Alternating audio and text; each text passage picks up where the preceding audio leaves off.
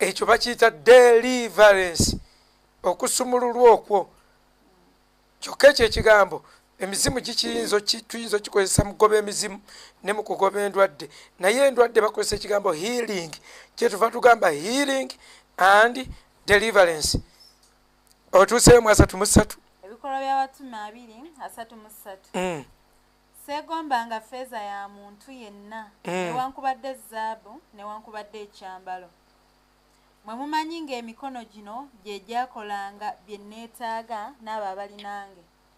Mbalaze mu byonna bwe kibagwanira okukolanga emirimu bwe muti okuyambanga abatalina maanyi, n'okujjukiranga ebigambo bya Mukama waffe Yesu Kristo bwe yagamba ye yennyini nti okugaba kwa mukisa okusinga okutoola. Werekeraawo ne bw'otagenda wala. Wano tubaddewo kano Pawulo kagamba seegomba ffeeza ya muntu na mu kintu kyonna, naye yagenda ng'asabira abalwadde ng'atuukiriza mandeeti eri egamba timugende muwonye abalwadde, mulongoose abagenge, ensusu zo tulongoosa nnongoose. Ebyo ebigambo ebyo byabyawula bulungi, okuwonya abalwadde, healing. Kati olwaleero buli womanya by'osaba kikuyamba okusaba by'otegeera, mu kusaba mu kutegeera, n'osaba mu magezi ne mu mwoyo. Mugende muwonye abalwadde. Muntu bw'amala okulwala endwadde ng'endwadde zino eza COVID-19, endwadde ya siriimu, endwadde ya kansa, ezo endwadde tuba tusobola, batuwadde obuyinza. Tuyina ekipapula ekiri invisible, tuyina kaadi etalabika, tulina obuyinza okuwonya abalwadde seriously. Tulina obuyinza. Bw'olaba tetuwonyezza ng'omanya eyatutuma ayina obusungu, wakyaliwo ekizibu. Olwo tuba tulina kwegayirira eyatutuma akituddize. Olaba gavumenti eziri uncivilized, ez'amawanga agali uncivilized, nze ngamba ezeeyo mugundi eringi eri ku bizinga birina gavumenti ya Comoros, kizinga kya Comoros eziri uncivilized, nazo zikwipinga abasawo baazo ne zibagamba mugende muwonye abalwadde, ne zibawa gloves, ne zibawa ebikozesebwa. Tugenda kabirira Katonda nga twegayirira Katonda kitaffe mu linnya lya Mukama waffe, nga revival tetunaba gituukako etandikire mu kino kyennyini kye tugenda okusingako. Mu linnya lya Yesu wabeerewo okuwonyezebwa, ensi ewone. Mu bisuubizo byonna jjo bye twasoma, abantu bange abatumiddwa erinnya lyange bwe baneetowaza ne basaba ne banoonya amaaso gange ne bakyuka okuleka amakubo gaabwe amabi, nange naawulira nga nnyima mu ggulu n'enzika n'emponya ensi yaabwe. Ekyo kisuubizo with the condition. Kitegeeza we can do the condition. Tuleme kutontoma butontomi Bayibuli ebeera applicable mu bulamu bwaffe, naye tusooke ku applyinga conditions. Oluvannyuma Katonda aba agenda tuyamba. Katonda mpozi ng'alangirira leero oba avaayo n'alangirira mbu ekitabo kye kyaggwako, agambe nti ebyo sikyabikolerako. Alangirire bw'alangirira, tetuyinza gandi tekisoboka alangirire bw'aba alangiridde n'omugambo otya. Waliwo omutume omu ava kuŋŋamba okuddamu okuwasa kibi, azze wano mu ofiisi n'agamba okuddamu okuwasa si kituufu. Mukama yazze n'amugamba si kituufu, naye gwe nkukkiriza. Mukama ye amukkiriza mutume addemu akole ki awase, n'amugamba naye genda bayawukana ne mukyala we ow'empeta. Kati ennaku ezo Mukama yamusinkanye, ye n'amukkiriza, n'amugamba kifu naye gwe nkukkiriza. Ne mugamba gwe bw'aba akukkiriza munaye gwe weesiimye, naffe bw'abanga atukkiriza otubuuli. Era muwerekeddeko ne mutuusa wali. Ne mugamba kati onoobuuliranga nti kifu, naga nja bagamba amazima, kifu naye mukama gwe yakikkiriza abo ne babanga balifuuse babiri naye nabbi muhammadi allah yamulagira yamusonyiwa ebibi bye ebyemabega nebyalimu nebyagenda okwonoona kati yayonoona bakimala kimusonyiwa abasiramu nga baga ya rabbi wallahi mutume weesiimye bakufumita ekiso ekyo bakimala tekimusonyi naye nange ensi kale abo bo banneewuunyisa kakati bassebo ne bannyabo tukyagenda mu maaso tubadde tugamba nti eno tulinawo ne komishoni nakyo muyinza okifuula ekyokutaano ku nsonga ettaano lwaki tukkiriza nti aba god is a god of healing, is a healing god. Katonda right from the word go yesu ajjanga omuti ogw'obulamu. Bassebo ne bannyabo bwe tumala okwonoona okufa ne kujja mu nsi ekibi ne kisensera twalya ku muti guli omuti guli ne bagutwala twalya ku guno ogukuuma amateeka ogukuuma etteeka ery'obutagulyako ne tukola disobedience. All disobedience bali bagisibidde mu guno, all rewards for obedience nga bagisibidde mu guli ogw'obulamu. Bwe twalya ku muti ogwa disobedience omuti ogw'obulamu ne bagutwala yesu akomawo ng'omuti ogw'obulamu n'agamba nti nze kkubo nze bulamu nze mazima innahu watwaliku nze kkubo wali haqqu n'amazima wali hayatu n'obulamu nze kkubo nze bulamu nze mazima. Omuti olwo gukomyewo,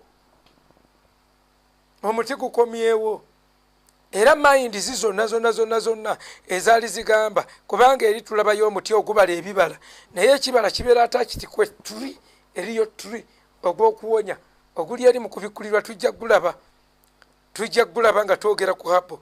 Kakati bassebo ne bannyabo yesu abeera bamuwanika ku muti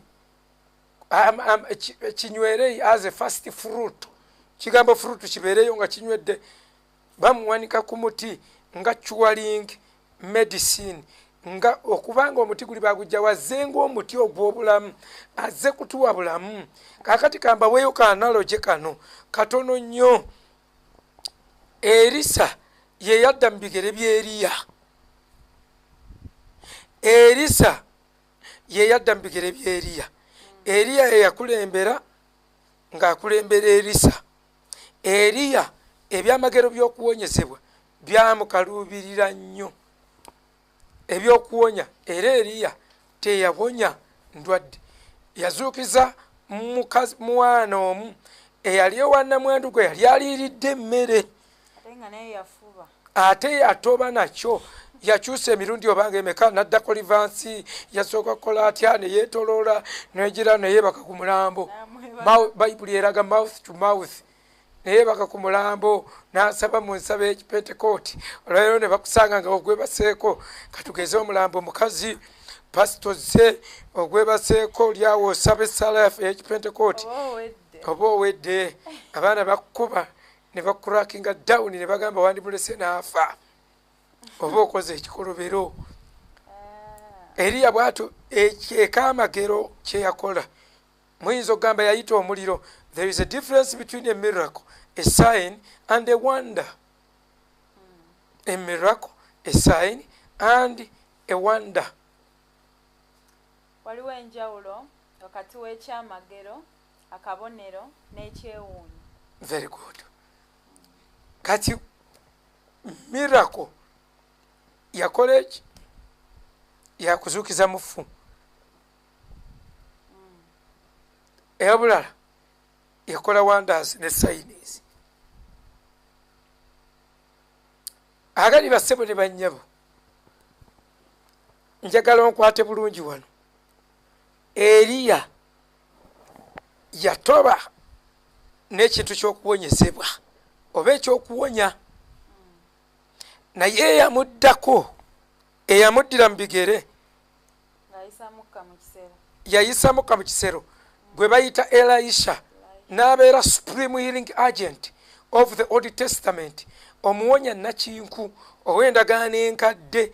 Ngamba eyadda mu bigere by'Eriya, Erisa eyadda mu bigere by'Eriya ye yajja eyaddirira Eriya yajjira mu maanyi amazibwa ennyo.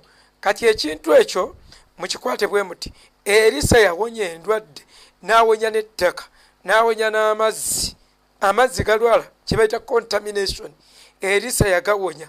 Ebyamagero by'Erisa bingi nnyo ebiri outstanding ebikwatagana ku bulamu bwennyini bisukka mu byamagero 9. Omwana mulenzi ng'awonya nga gwe bakaabirira ekyamagero kyonna era yakola buli kintu kyonna, oyo gwe mulaba Erisa. Yawonya n'atuuka n'okufa ng'akyawonya. Kaakati akakodyo akali awo ak'Erisa okutuuka okufa n'asigala ng'entaana ekyawonya kajjayo ekifaananyi ky'omuntu omu gwe mbaleetera. Omuntu ono gwe mbaleetera bamuyita Yesu Kristo.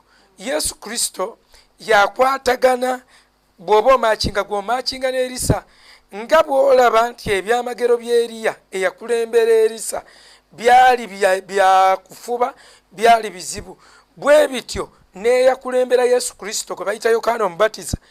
Bayibuli egamba yajjira amafuta gaani g'Eriya. Ogenda kusoma mu kitabo mu Luka 17, soka Luka 17 tulabe oba gyekiri, omuntu yenna tonda kiwandiika. Luka 17 agamba nti alikulembera mu maaso ge mu mwoyo n'amaanyi ga Eriya okukomyawo emitima gy'abajjajja. Baali bagamba otyo, baali boogera kwani oyo ku Eriya? Manya ku Jooni n'emirembe. Baali bagamba Jooni. Baali bali ku John the Baptist, nenga gwe boogerako awo mbw agenda kukulembera ng'akulembera Yesu, naye agenda kutambulira mu mafuta g'Eriya. Ate ono gwe bakulembedde Yesu olwo agenda kutambulira amafuta ge gagenda kubaamu ng'ag'Erisa. Eyo yanalo gye gyekyakuleetera olowooze kuwonyezebwa mpaka bw'onookwata n'okiyoola lumu n'oba nga bw'oba osaba essala y'okuwonyezebwa okkiriza by'osaba, kubanga olwo lwe tusaba ebintu ng'oyogera bwogezi jegedegedegedegedege piki nga muli awo weetooloola mbw'osaba kipentekooti. Waliwo okuba ng'okutta ensonga yo ng'ogamba ofiisi gye ndimu ye ofiisi entuufu, Katonda agenda gikolako. Kino kyensaba nali nkirabyeko nga bakikolera mu ofiisi eno, bwakiri n'obeera ku waiting list naye ng'okikola. Nakati nkugambye Eriya yali Yokaana Omubatiza yajjira mu mafuta g'Eriya. Yesu Kristo n'atambulira mu mafuta aga Erisa. Kaakati mwe ba theologians nga tonna bakumbuukira ti ekya Yesu kyali special kyava mu ggulu, ebyo nange mbimanyi. Twogera ku healing. Twogera ku healing. Mu ggulu gye yali tewaliyo balwadde. Njogera ku healing here on earth. Ono atambulidde mu mafuta g'Erisa. Era ekyo kye kiteekesaawo entaana y'Erisa n'etabaako limitation olwa Kristo Yesu nti yali agenda kukola beyond the grave, because he was going to operate beyond the grave, because he was not going to be with a span of performance nga kigenda kuba open ekyokuwonyezebwa. Entaana y'Erisa kusigala ng'ewonya. Entaana y'Erisa yawonya ne basuulamu emirambo ne gizuukira ng'aziifuye atayagala bulamu. Amafuta ge bayita dabo, yamugamba ajja kufuna amafuta aga mirundi 2. Bw'anaamulaba ng'agenda agenda kufuna amafuta ga mirundi 2, double portion. Yesu agalina gombi. Jesus in a physical form yalina amafuta agawonya. Bw'amala okufa ayina amafuta agadabolinga kubanga ayingidde mu ntaana. Elisha mwe yayingira, in fact agage malala nnyo nnyawe gafuukira amalala, ne mu ntaana asigala ye Mukama, asigala atuwonya. Njagala obeere convinced, okonvinsinga emmeeme eyo kuba okukkiriza tekuyinza kuyingira. Twawule bye twogera ne bye tukkiriza ne bye tulowooza.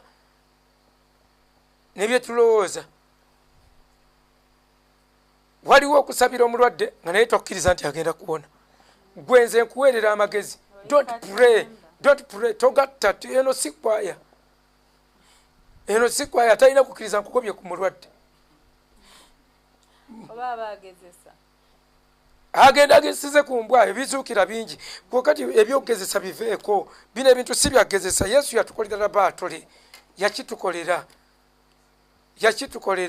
era nze omuntu bwembanga nga ndaba embeera oba olunaku olumukamba nyumize mbabuulira story. This is a true story. Naline Musumba Bone Musoka omwana wa muzeeyi Bishop Stephen Sefuma n'alwala naye omwana oyo bw'alwala nali twali tuli eyo saidi z'ebuyagayaga eyo mu kyalo eyo oba nkokonjerweyo munda tuba tuli eyo mba ndi nyina ekisenge mwendi Musumba Bone najja n'aŋŋamba bagambye omwana wa Bishop ali bubi tye yalina omwana omulenzi awo gwe yali yazaala mwana ali bubi ye yali first born child boy child male child ne tutandika mu maanyi mangi nnyo ali bubi tukwata tuba tusaba mutima gwange ne gwesiba omulundi gumu ke kabonero kange bwe mbasabira ataawoni mutima gwesiba buli kintu kyonna ne kiyimirira omulundi gumu bwe tu nga gwe bakutte ng'oli mwana gamba stop nakukwata omumwa nenga Musumba Bone totawaana tye agenda kufa. Musumba Bone twali ba mukwano nnyo nga akkiririza mu kirabo ekiri ku bulamu bwange n'agamba ga Mukama kolanga okwagala kwe kuli etukigala enkeera ne batugamba afudde ng'afudde nali nasabanga Mukama amugamba nyamba neme kugaba kusigibwa kw'abalwadde ate awone neme kusaba kyesiina kukkiriza mukyo saagala kyepampalikako era salanga ojuulya ngamba Father let your will be done nkasompulira bwotyo nga sikomaniga healing ng'omanya byesibye noonya wentemera ng'oli Masaka gwe nabagamba gwe bandeeteranga omutwe munene nnyo nga guyita eno kulinga ogwa Goliaasi nga baamuleese ate ye mutini nnyo baamuleese mbumukuye amusabire ku Victory Masaka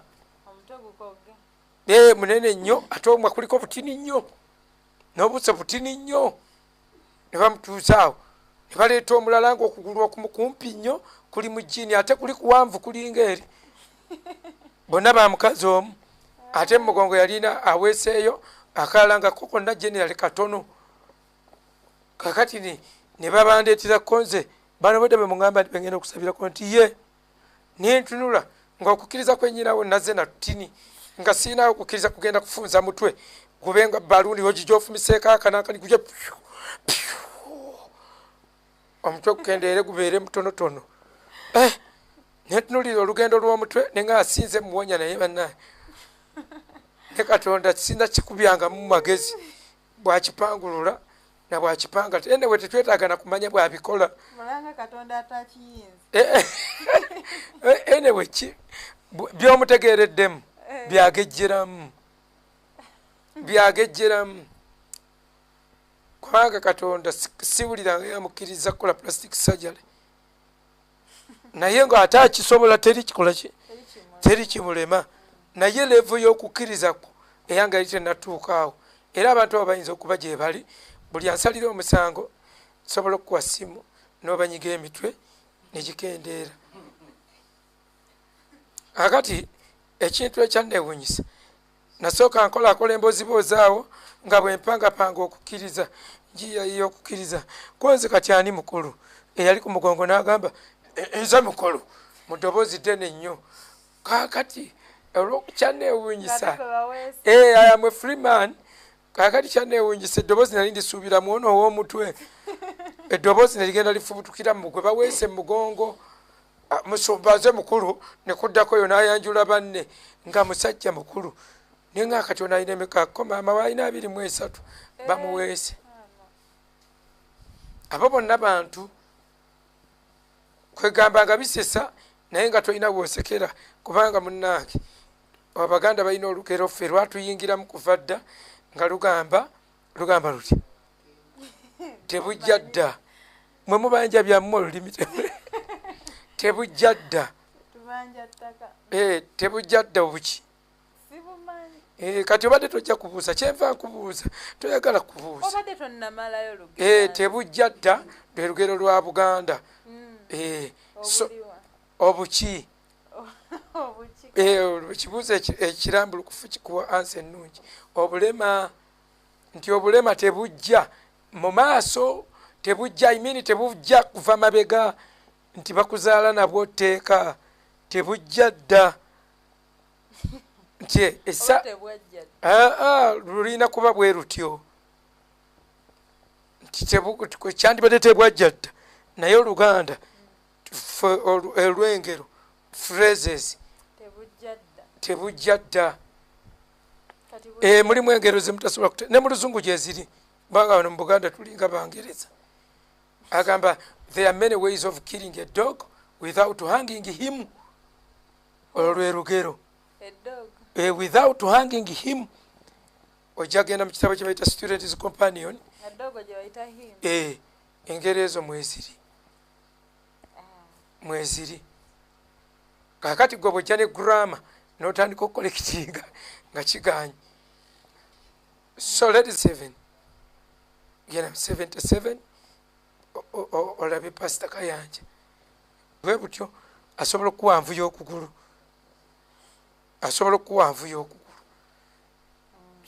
siwakana siwakana naye towakana n'olwekyo okukkiriza kuva mu kuwulira n'okuwulira ekigambo kya Katonda. Ebintu ebyo bikulu nnyo. Tugambye promises of healing ne mandate y'okuwonyezebwa ne twogera ku Elisha ne Elijah. Elisha yadda mu bigere bya Elijah directly nga bw'olaba Yesu bwe yaddira mu bigere bya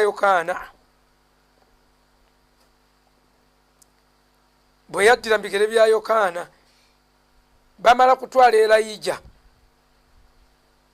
Elisha n'afuna Yesu yajjira mu bigere byani bya kyendeeta ndi ku analogy. Elisha yadda mu bigere bya Elijah nga Yokaana nga Yesu bwe yadda mu bigere bya Yokaana omubatiza. Kasita akayingiza mu mutwe ogugwo n'eri kaba kayingira mu mirala.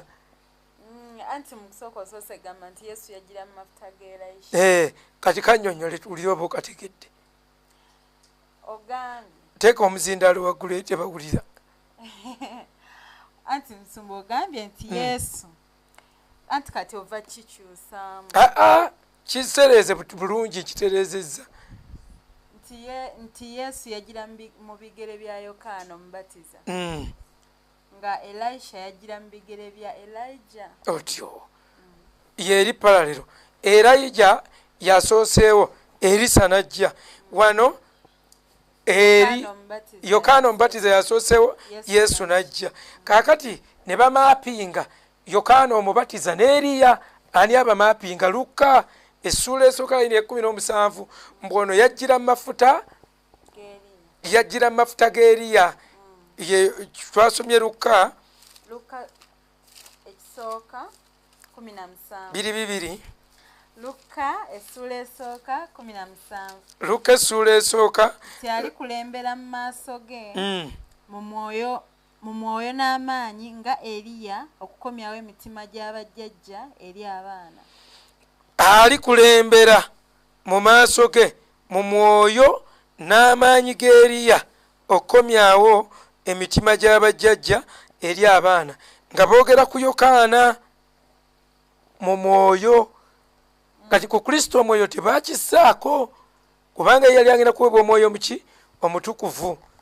Naye ono omwoyo gwe yaweebwa omutukuvu ayogera mu kitabo kya Isaaya essula 61 n'agamba omwoyo wa Mukama Katonda ali kunze anfuseeko amafuta okubuulira abawombeefu ebigambo ebirungi naye tebigenda kuba njiri njereere eyawolokoso yekka kubanga obwakabaka bwa Katonda si bigambo bugambo wabula maanyi kusinziira ku Bakolinso ekisooka tovaawo awo Bakolinso ekisooka 4:2 obwakabaka bwa Katonda si bigambo bugambo wabula maanyi.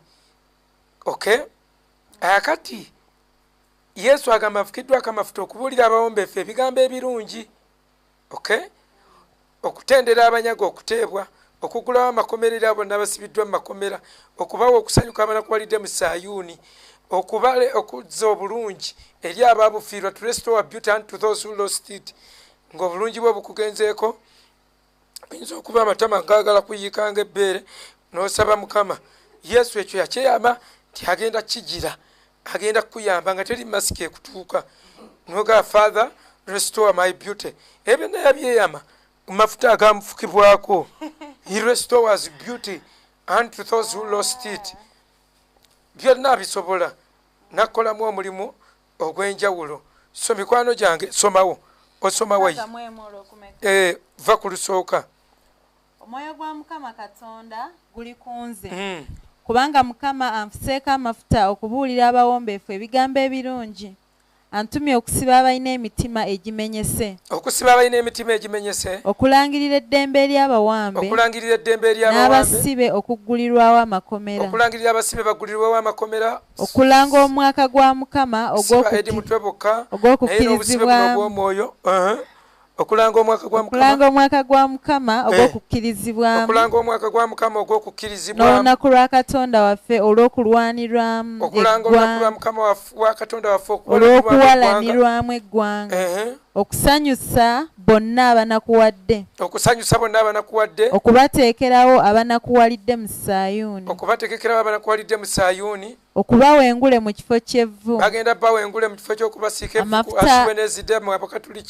amafuta ag'okusanyuka mu kifo ky'okunakuwala bagenda tuwa amafuta ag'okusanyuka mu kifo ky'okunakuwala baterewo n'ababuulizi nga bakuyambako okukuwaliriifu eyo ekyambalo ky'okutendereza mu kifo ky'omwoyo ogw'okukungubaga mu kifo ky'okukungubaga tugiddwa bannange kye tuliko kino kizibu kugambye ekyazze kugambye ekyakulumbye ne bwogoba kijja tukume bannange agaba yajjawo bannange twajja bwereere tugenda bwereere mbabuulire ffenna tuli awo engalo tuzikuba makiikakiika ennaku we are going to raise above self pity tugolokokere mu luwuka luno tulufu waliwo ekintu ekikunyiiza n'obula okuluma kirume obulire ng'ayagala okuluma obulumi covid tugenda mugolokokerako mu busungu ngeri ezzike likebera ensekere nga likebera mukazi waalyo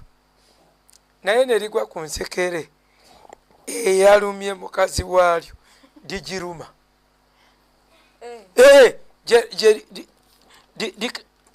ndiri kusindikira ku WhatsApp likebera bwetya ensekere mu byoya neerisangamu ensekere ligikwa bukyanga omuluma liba n'obusungu bungi ku nsekere eyo kakati embeera eno basebo ne bannyabo tusaana tugigolokokeremu ekkanisa tuve mu kunakuwala mu kwekubagiza tuzuukuke buzuukusi waliwo ensonga lwaki mu Uganda obulwadde businze kuluma balokole bukyasinze kuluma balokole lwaki ayagala tuzuukuke kubanga ffe tulina solution. The church has the solution for this problem. Solution teri ndala ffe tulina okumuyita Peetero we yali nga we gasinga okuyiika mu lyato naase n'agenda okuwulira akooye n'agatumeze okuse nga ssebo tufa gwe tofaayo kale teyalina approach ng'era abavubi bonna yali tannaba kufuna mpisa ogamba otya mukamawo bw'otyo tufa gwe tofaayo ng'abulamu gawe olw'okuba tofa nyinza n'okusitula mu kusuula ebweru kwega awuliranga bye yali ayinza n'okwongerako ebizibu ennyo tufa gwe tofaayo bwe batyo bwe baapproachinga omunene Peetero olikoki yesu nayimuka nagolokoka nagamba omuyaga talina gakubwa petero luyi kigende nakyo mubyawandikibwa ate nga tekiriyo mbunabbi nagamba muyaga teeka omuyaga neguteeka kakati ekkanisa ffe tulina omuzukusa ali muffe jesus is in the church jesus is in us kyekimuyisa emmanuel naye tukyebase era tukyayogerayogera ebyokusaagasaaga era bakyaleetaleeta obuzanyozanyo ku social media uganda era ekyali mu byemizannyo ekyali mu buzannyo uganda era ekyali mu comedy even when the sickness is at hand even nga n'okuziika bakomawo era bali mu buzannyo olaba batutekeesa enkalu bagiziike mbu simanyi abagundi simanyi baziike mbu kati bebaleetera abannayuganda okuzannya balabanga ebyobulimbu muziika mutya keesa enkalu nga saba bakutte n'emiguwa bali kuli ate mbabuulira mbalabula ekintu kino kizanyiramu onooba okyazanya komedi nga kijjira ddala onooba okyazanya komedi nga kijjira ddala nabanga oli omwana eyalimbanga abantu nti ensolo omusege guugwo nasekanga bazze bagwangana nalaba muzeeyi abala batyawe balingisa nefumu naddamu n'abalimba anyumirwe ne gujja gujjira ddala ekyaddako kizibu nnyo nze covid luli nali muwakanya mu uganda nti taliimu naye nga njogera mpola nga siina gasibwanga pasita yiga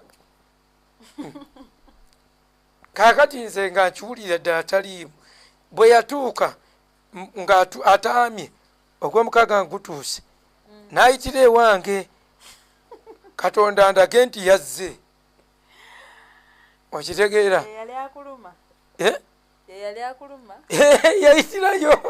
yayitirayo nanzuula n'amanya yakimanya n'avaawo n'agenda yagenda manya saagala nti so basebo ne banyabo nange nakozesa bintu bwebityo nempona naye okusaba nga nakwo kwaddala nga kwaddala sijja balimba nakwenyumiriza kwonna naye okusaba kwali kwaddala ne bannange abanneetoloddewo ekirungiza omukisa gwe nalifuna babakitegeerako baali bakwano byange ebyaddala nga banjagalira ddala nga basaba mukulumwa n'ekirungi kye nafuna abasawo be nafuna nga bantu bange ddala era ninga munzita eba munzita ono mirembe ne Martha be bannejjanjabira seriously from home ng'olaba bakitaddeko obulamu ekeetonye nga seetaaga nti abasawo bamulabye tekikulu mugende muyite omusawo tennamulaba bajja babuuza bani mulwadde kiwano gwe tutannaba kulaba basibye akantu akeeru ku tuviiri gwe nakulabye dokita yakulabye tebannandaba kale kampandika ekitanda nambayo seebyo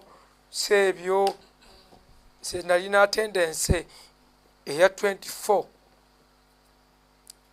so mikwano gyange mbadde mbabuulira Elisha tuddeko wali ku Elisha tumalirize kakati Elisha analogy bamumakinga nga Eliya bwe tumumakinze ku Yokaana Omubatiza Luka yamumakinze mu Luka 17 Luka 17 nenyiriri endala by the way zimulanga nti Eliya yajja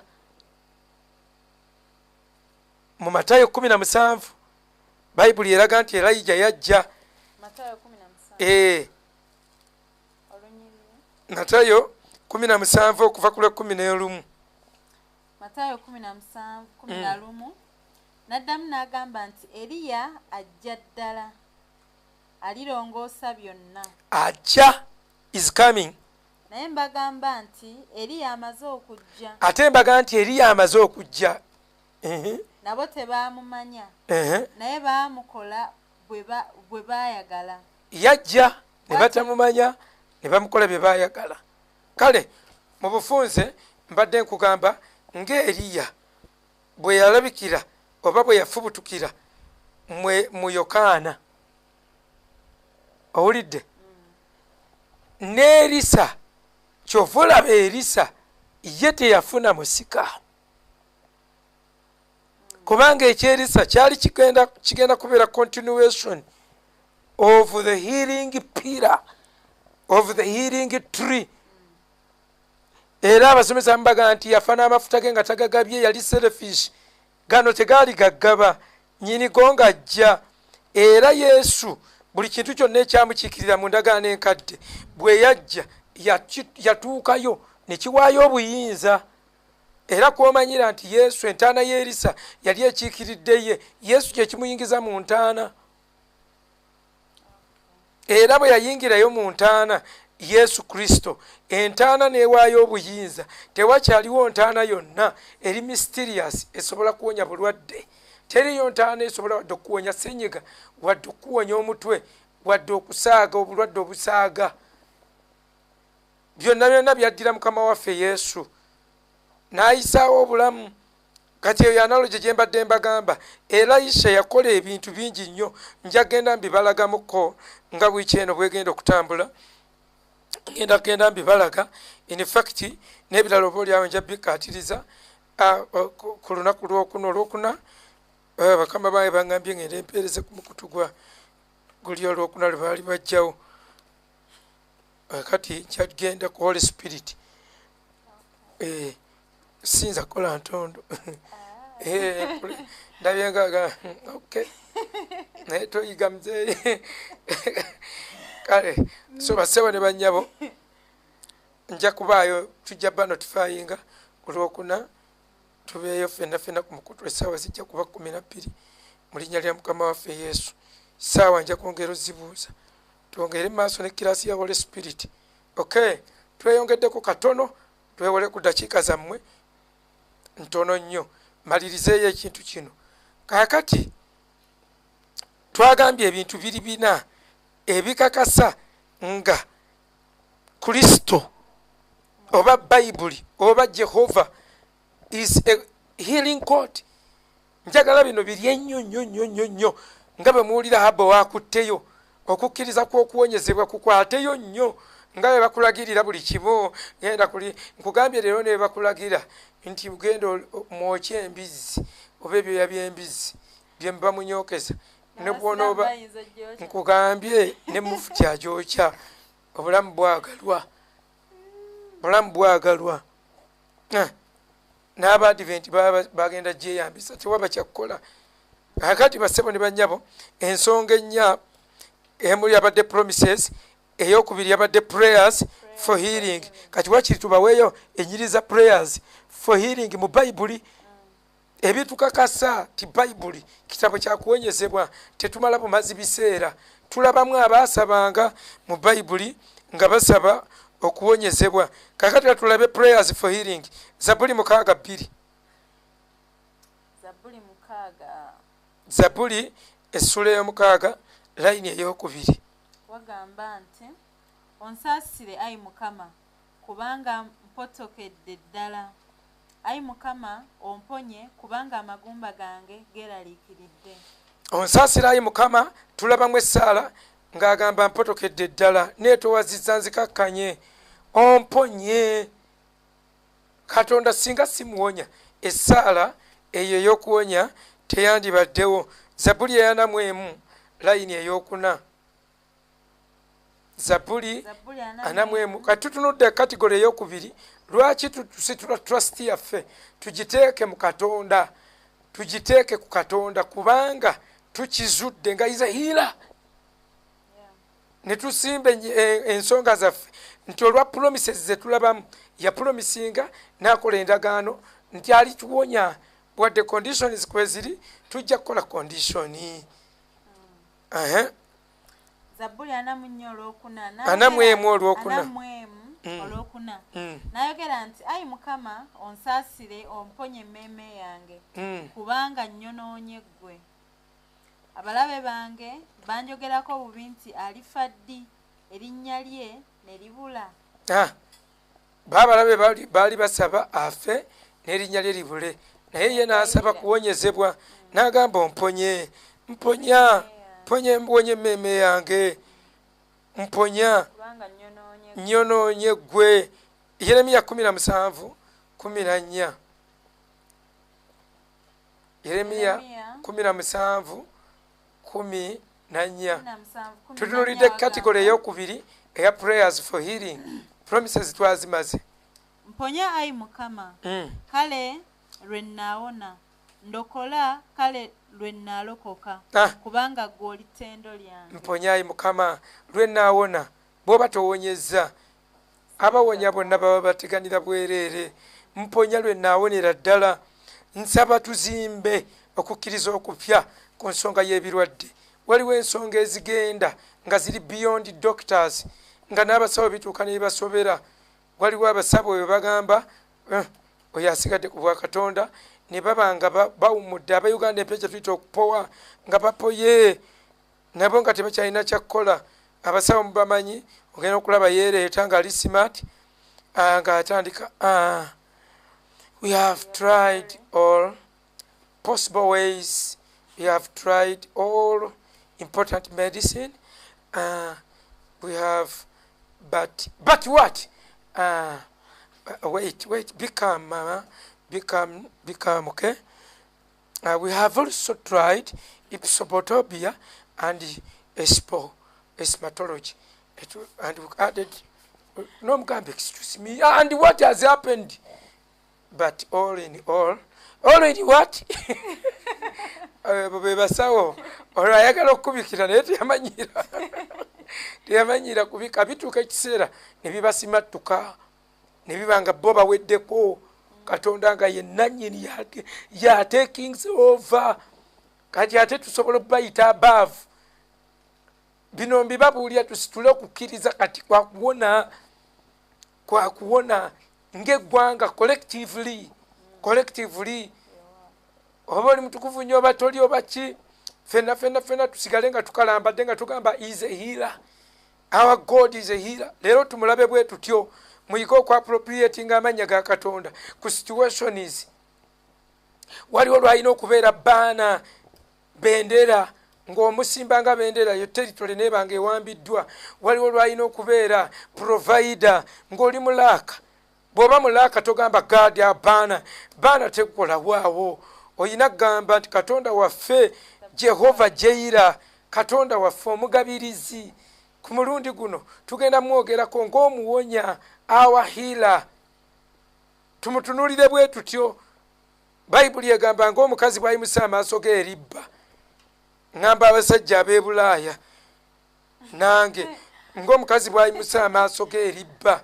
Ngamba abasajja b'e Uganda ogayimusa ogajja, oyinza okuvayo nga bagayiyeemu n'enfuufu. Naye ng'omusajja bw'ayimusa amaaso ge, ng'omukazi bw'ayimusa amaaso ge eribba.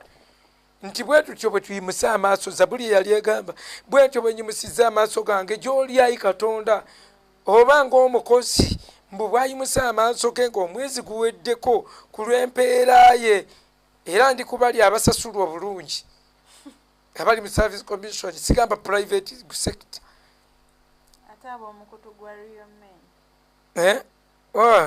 Abaliyomeni abo bo bajja kisoma kyawe. So mikwano gyange njagala kubagamba naffe tuyimusa amaaso, tukkirize Katonda. Yesu yatugamba mandate eryemu, mukkirize Katonda nange munzikirize. Mwe emitima gyammwe tegweraliikiriranga, mukkirize Katonda nange munzikirize. Simple. Mandate yaffe leero is to believe, is to accept, is to have faith. Kwejjako kubuusabuusa kwonna. Tuyimirire buyimirizi mu bukakanyavu, ng'olina ky'owakanya ng'ogamba temanyi tafudde, tajja. Tajja. Kikibayita okukakanyala. Tukakanyalire mu butuukuvu, tukakanyalire mu kukkiriza. Tugambye prayers for healing nga Yeremiya bw'ayogedde 17:14 omusomye. 17:14 bwetyo tulina kunywerera. So prayers for healing ezo za ndagaano nkadde nawala wonna nyingi bingi. Heal God, heal us, heal. Those are prayers. Muwonya ayi Mukama. Gundi Ibrahimu n'asabira Abimeleki, n'asaba muwonye ayi Mukama, prayers ng'amusabira ye yali afuuse important. endiga emutomedde n'amusabira yabasabira bonna bonna ne baddamu ne bakoleera ne baddamu ne bafuna amaanyi g'ekikazi bonna bonna abaali awo kisoogedde musajja sibwamenya ekitiibwa abumeriki n'agafuna endiga yamutomera endiga manyi nyimpi ente bwekutomera etomera kifuba ebiralo jabiika mpolampola ng'ofumbiddwa so baseba ne bannyabo bannange enkyandooza tujja kulaba testimonies for healing eziri mu bayibuli naye ka testimony kasome mirembe ka testimony kasome ne testimony ekyokusatu tube nga tukirabye testimonies for healing Zaburi eya 30 line ey'okubiri Zaburi 30 wagamba Ayi Mukama Katonda wange Ayi Mukama Katonda wange nakukoowoola nakukoowoola naawe n'omponya nakukoowoola naawe n'omponya. That was a testimony. Bwe tulabamuko ku bujulizi mu bayibuli kitumala nga waliwo eyawona kiringa nga twali mu studio nzijukira pastor Bugingo ye yali moderator nga tuli ku Impact FM. Abasiraamu nze nali njogera ku lw'abalokole omusiraamu n'aleeta ekitabo n'atuwa n'ennyiriri ziraga ti nabbi baamuloga kaakati nze nenteeka pause ne ŋŋamba male tulaga debate sigyongerayo ngayo mutukakasiza nti baamuloga mutulage olunyiriri ng'awona mutulage ng'awona songerayo obanga bwe nnyongera okusoma bansoma byamulwadde baamuloga n'agwa eddalu mutulage ng'awona otherwise byaddamu okuwandiika yali agudde eddalu baali bamuloze debate yanyumira nnyo kyovuddola banjijjukidde naye na wano testimonies for healing nkulu nnyo gw'okumanya nti one day we can also testify. Zaburi 17 line eya 20 Psalms 107 verse 20 Zaburi 17 line eya 20 wagamba bino byetaaga mukwano oyinza obutabyetaaga kati omanyi tewali yeetaaga kyamagero mpaka ng'obudde bwakyo butuuse. Atuma ekigambo kye n'abawonya n'abajja mu kuzikirira kwabwe. Atuma ekigambo kye n'abawonya n'abajja mu kuzikirira kwabwe. Obwo bujulizi nti akituma tagambye ali kituma. That is testimony. Atuma nga kiraga it is continuous azakikola. Atuma ekigambo kye n'abawonya n'awonya. Zaburi 47 olwokusatu tuli ku bujulizi. Zaburi 47 olunyiriri olwokusatu wagamba awonya abalina emitima egimenyese era asiba ebiwundu byabwe. Abalemmunyenya omuwendo gwazo azituuma zonna amannya gaazo. Kati oyo ng'omuzanyirako naye obujulizi bugamba awonya abalina emitima egimenyese. Bamuweera bujulizi bikolwa by'abatume 38 bikolwa by'abatume 38 ye ate mu ndagaano empya ekitabo kya Makko kyonna ekitabo kya Makko yanyumirwa ekintu kye bayita ebyamagero nga gwe bw'olina bumuvi obukunyumira okugoberera ng'abamu bwe munyumirwa ebyobufuzi. Makko ye yasinga kulyako byamagero ku Mukama waffe Yesu Kristo.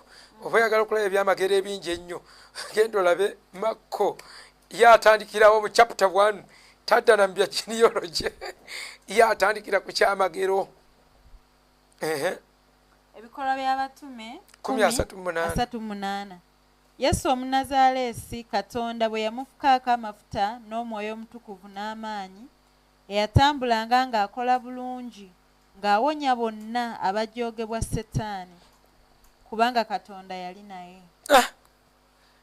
tubeere ne Katonda Yesu Kristo Munazalesi obujulizi bubwo kati ate kye kyamagero kyabikola batume 138 kizingazingako byonna saagadde mu ndagaano mpya kugendera wano naawonya omugenge wano naalongoosa ono kwawe kyali kabonero wano yali yakola kyamagero kino yakola bwati byonna bikolera batume 138 bizinzeeko n'agamba yatambula ng'akola bulungi ng'awonya bonna abajogebwanga omulabe sitaani kugambye teyayisa mulambo teyagendako kuziika okujjako okuzuukiza teyasisinkanako mulambo n'abasaasira busaasizi oba n'agukubira jjambo bwe yatuuka 9 omulambo ne gusinkana n'obulamu the tree of life nesinkana ne tree manya n'okufa Yesu of course n'azuukiza omwana n'amugamba zuukuka bw'ati bwe yakolanga n'awa n'obuyinza abatume n'abagamba nammwe mugende nga mukola ekyo kakati kyekibadde ekyokusatu ekya testimony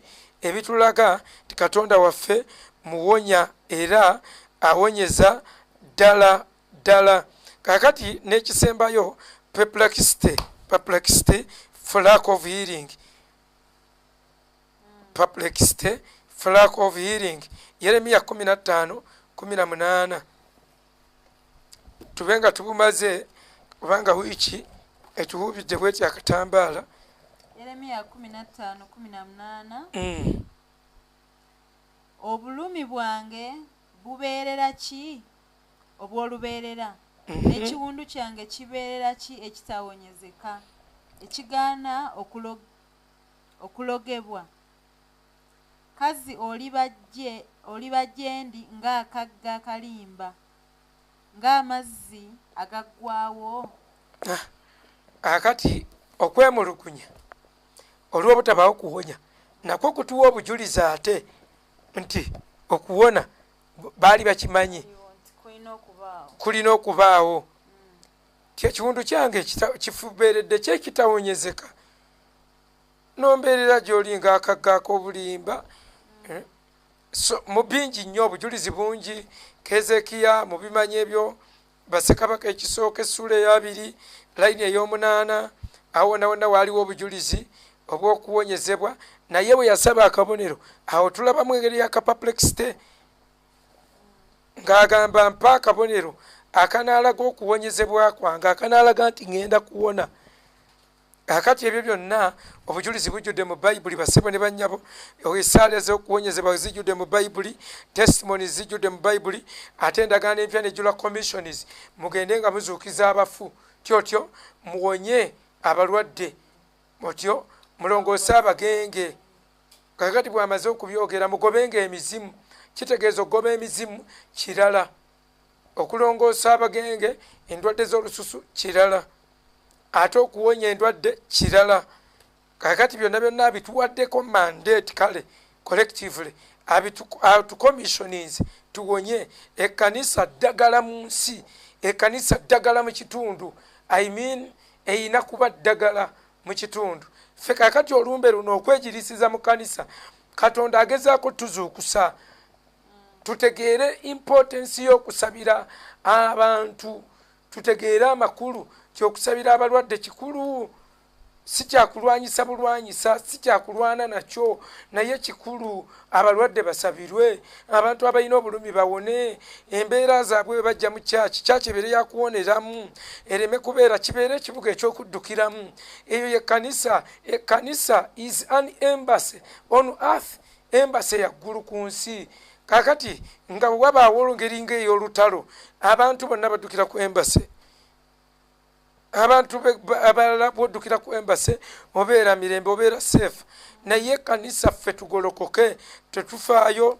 tubuuke byonna tubuuke okulemererwa kwonna okubaddewo tuleme kwesalira misango abalina okwenenya benenya ebibi byabwe then collective repentance naye ebeerewo ey'okugamba nga church we are part of the church mukama wetugayadde wonna otusaasire otusonyiwe bwe tutyo Katonda atuviireyo mbabuulire bino ebintu bisaana mu Katonda yennyini aba akafa tewali abasinga kwambala masiki mukulu Kasula abeera ne masiki ye yafudde wali ekawaala obwana bwange ne bulaaja na maama bwe mbadde nsomesa bwe nasomesa primary bunnakayiza ennaku nenkwata owuliragano eno yonna abantu badde bambala masiki. Sigamba nti temwambala era sibamala mu maanyi, naye mbagamba God is the referral hospital, not Mulago. God is the referral. Bantu bambala masiki, abantu bakola ebintu by'obusawo, abantu bakola byonna obikola ne kajja ate ne bagamba kakusangamu endwadde. Eyeyoka ensonga eyo nnene nnyo, okusangamu endwadde ng'ekyuma bakitadde wali, ntebe ewaliyo ekyuma kikaaba. Bw'ogenda ng'olimu endwadde kikaaba, kikyekinga ndwadde. Kaakati gwe n'omala ogenda oba okituukako bw'oti kiyinza okukaaba. Tomanyi, toyinza kumanya. Kaakati ate nze era nange era nyina endwadde ze simanyi, nyinza okutuuka eyo nga nekikaaba. Kaakati ate mmwemu abali awo kiyinza n'okkuba enduulu nga kyakulengedde mayiro, okyabuzayo mayiro emu kituukako. Bano basanyu kikuba nekiwoloma nekibuukabuuka. I mean, omufirika omugamba okutuma omufirika alimu endwadde endala ne bwolonda bulonsi yenna akusala mu maaso lwakuba nti ffe tuli bagumu. Ebintu nga senyiga tetubale tubibala mu ndwadde, ebintu nga kolola nga twabifuula design, amaaso nga gakuluma nga tubifuula nga nature, you know. Ensingo okuluma era edda nga musiba mukagwa. So byonna byonna tubiteeke mu Katonda nga musiba mukaso, Katonda abe nga atuyamba.